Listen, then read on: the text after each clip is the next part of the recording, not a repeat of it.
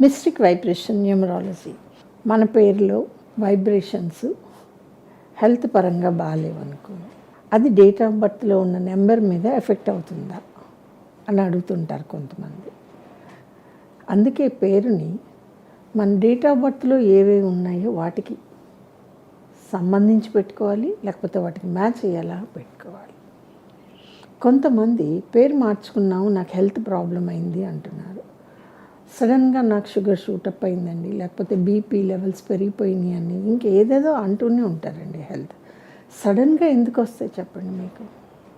అంటే ఒక అక్షరానికి అంత శక్తి ఉంటే మనకి పడని వాళ్ళందరికీ కూడా వాళ్ళ పేరులో ఏదో ఒక అక్షరం వేసి మనం రాసేస్తే వాళ్ళకి హెల్త్ ప్రాబ్లమ్స్ వస్తాయా? కాదండి. ఏ పేర్లో అయితే వైబ్రేషన్ వైజ్ నెగిటివ్గా ఉంటుందో అది మాత్రమే మన మీద ఎఫెక్ట్ చూపించగలదు.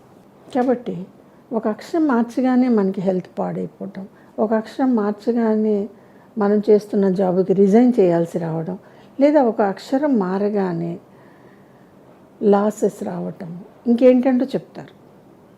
ఇవి ఒక అక్షరం మారటం వల్ల వచ్చినాయి కాదండి. మీ డేట్ ఆఫ్ బర్త్లో ఒక్కొక్క నెంబర్కి ఒక్కొక్క పీరియడ్ ఉన్నప్పుడు ఆ పీరియడ్ మీకు పాజిటివ్గా లేకపోతే మీకు ఇబ్బందులు కలుగుతుంటాయి. అందరికీ సమస్యల్ని తీర్చేవాళ్ళు సమస్యల్లో పడటాన్ని ఏమనాలి అంటే ప్రతి ఒక్కళ్ళకి సమస్యలు ఉంటాయి అని అర్థం. మనం చేసుకున్న స్వయంకృత అపరాధం కొంత కావచ్చు, తెలుసో తెలియకో చేసే తప్పులు కొన్ని కావచ్చు, చేస్తే ఏమవుతుందిలే అని చేయటం కూడా కావచ్చు. వీటన్నిటినీ తీసుకొచ్చి మీరు అక్షరాలకి ఎలా ముడిపెడతారు? అసలు ఒక శరీరంలో ఒక జబ్బు బయటకు వచ్చింది అంటే ఆ బ్లడ్ స్ట్రీమ్లో ఆ లక్షణాలన్నీ వచ్చిన తర్వాత అది బయటకు వస్తుంది. చాలామందికి తెలియని విషయం ఏమిటి అంటే ఇలా అక్షరం మారంగానే మనం కుబేర్లు అయిపోతాం, ఇలా అక్షరం మారంగానే మనకి షుగర్ తగ్గిపోతుంది, ఇలా అక్షరం మారంగానే మనకి ప్రమోషన్ వచ్చేస్తుంది, అక్షరం మార్చారు నేను ఫారెన్ వెళ్ళిపోయాను, అక్షరం మార్చారు ఇది, అక్షరం మార్చారు అది. అది ఎలా సాధ్యమండి? అలాంటప్పుడు మీ డేట్ ఆఫ్ బర్త్తో మాకు పనేంటి? అసలు మీ పేరు చాలు కదా. అసలు మీ డేట్ ఆఫ్ బర్త్ కానీ టైం కానీ మాకు అవసరం ఏంటి? ఎందుకు తీసుకోవాలి? ఇక్కడే ఉంది కదండి మీకు ఆన్సరు. మీ డేట్ ఆఫ్ బర్త్లో నెంబర్స్ని బట్టి అన్నీ ఉంటాయి అనేది ఇక్కడ ఉంది. అక్షరం ఏం చేయదండి. అక్షరం మహా అయితే మ్యాచ్ అయితే కనుక మన నెంబర్స్ ఎలాగా ఇస్తాయో అది ఇవ్వడానికి సహాయపడుతుంది అని కూడా చెప్పలేము. ఆ దారిలో వెళ్తూ ఉంటుంది అంతే పేరు. బికాజ్ పేరు మన ఐడెంటిటీ కదా.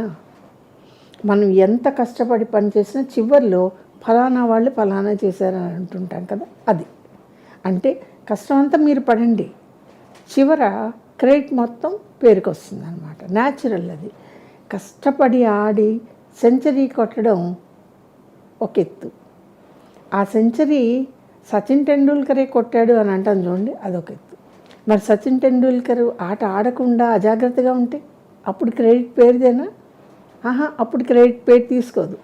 సచిన్ టెండూల్కర్ బాగా ఆడలేదు అనే దానికి రకరకాల కారణాలు చెప్తాం.